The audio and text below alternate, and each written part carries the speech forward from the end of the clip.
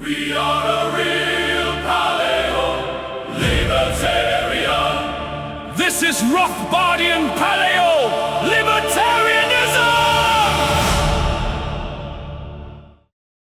If you open the news today in July of 2026, you are told a very specific story. You are told that the crises we face, the crushing national debts, the hyper-centralized bureaucracies of Washington and Brussels, the erosion of local autonomy, are recent failures.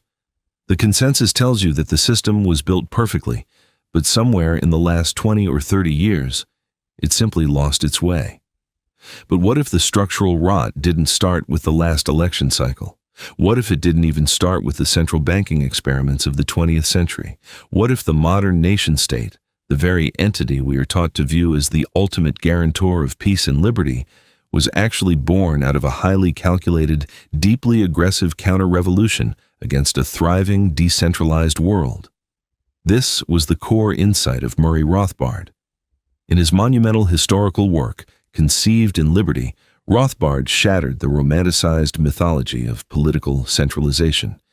He looked at early America not through the clean, sanitized lens of nationalist textbooks, but as a messy, radical experiment in spontaneous order.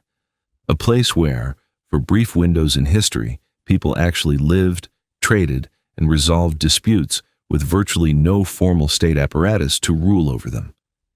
And across the Atlantic, the story is strikingly parallel.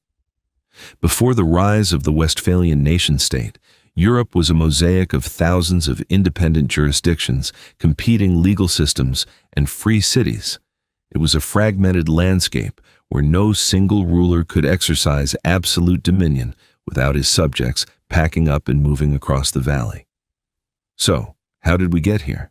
How did a Western world rooted in localism, radical decentralization, and traditional property rights get swallowed by the monster of the modern progressive state?